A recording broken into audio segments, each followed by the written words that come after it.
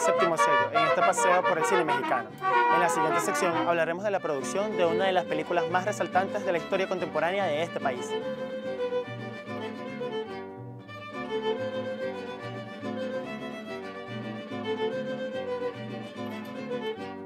Rojo Amanecer, del director Jorge Fins, película en la que se narran los sucesos de la matanza de Tlatelolco, ubicada en el centro de la Ciudad de México. Hechos ocurridos el 2 de octubre de 1968, en la Plaza de las Tres Culturas.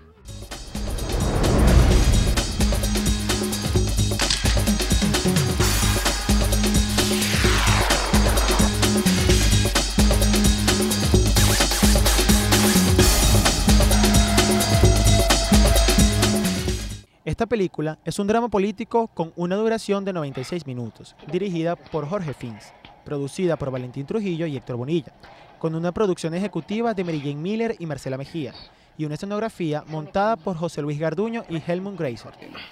La película Rojo Amanecer tiene una característica fundamental ubicada en su realidad en lo que a producción se refiere.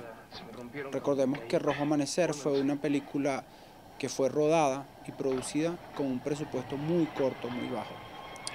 Esto debido simplemente a que fue una película diseñada para protestar contra el gobierno.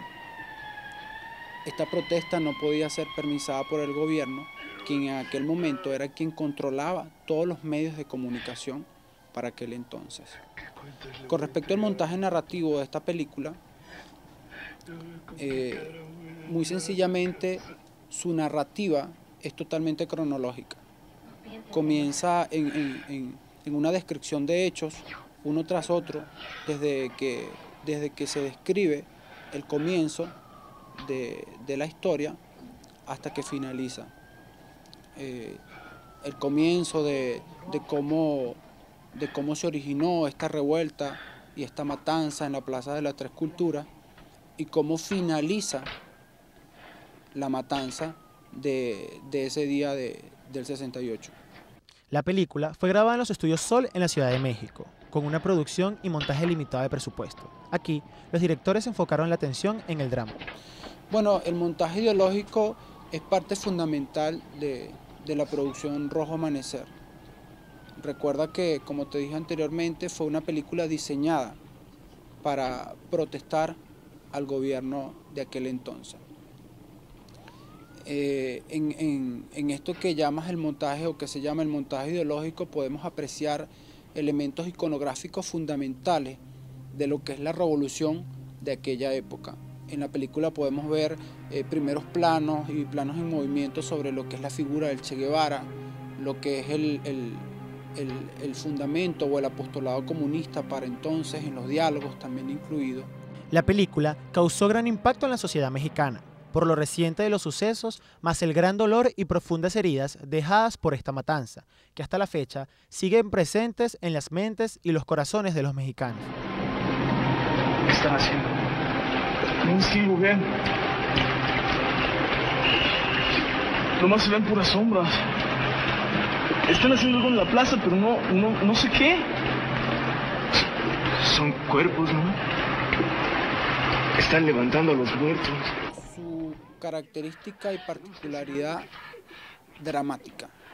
Es interesante cómo ver un director, gracias a un montaje expresivo, muy parecido a lo que hacía Hitchcock muchos siglos atrás, puede definir una historia simplemente en un cuarto. Toda la historia de esta película de 96 minutos, toda la historia es narrada dentro de un cuarto. Y es interesante cómo en simples espacios y con pocos actores, este director puede transmitirnos una rapidez y una lentitud en las tomas que causan una tensión particular en el espectador.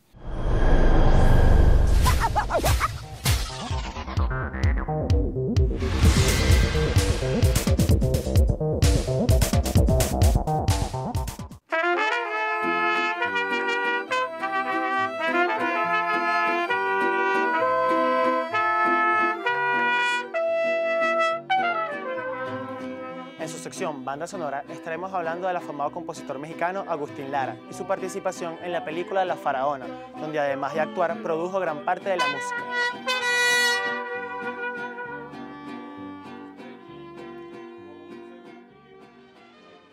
El cine sonoro mexicano nació ligado a la música de Agustín Lara de una forma casi natural.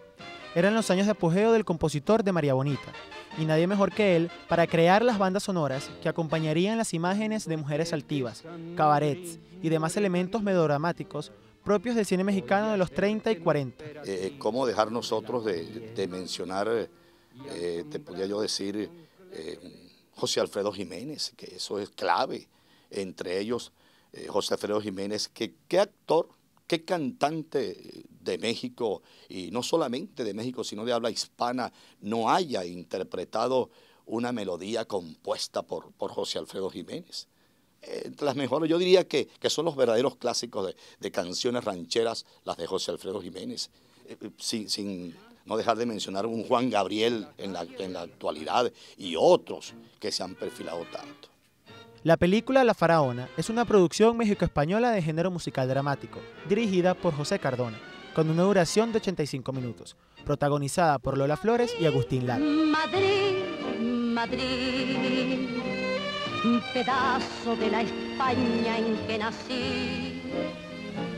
Por algo. En esta película, una enfermera ha trabajado para el conocido hombre de negocios don Guillermo Prim Altamira, para poder oír las conversaciones sostenidas por sus familiares y descubrir que lo único que deseaban era su muerte para cobrar su herencia. Yo diría que el Flaco de Oro sí tuvo mucha influencia en el cine mexicano por cuanto él ya venía inclusive del famoso cine silente, el cine mudo. Vamos a hacer un pequeño retrospectiva, que este cine nace en 1897, finales de ese 1800. Y entonces una de las películas que se hacen para que Agustín Lara, fíjate, sea quien hace el arreglo musical. Ya Agustín Lara viene conociendo pues ciertas cosas del cine mexicano, y cuando se estrena la primera película en 1931 titulada Santa, es precisamente Agustín Lara quien lleva sus temas allí, es quien hace pues los arreglos musicales. De esta manera concluimos el especial del cine mexicano, esperando que haya sido de su agrado este paseo por la historia y los protagonistas de la mayor productora de cine en Latinoamérica. Pero no se aparten de sus pantallas, que al volver continuamos con más de su sección País Fílmico.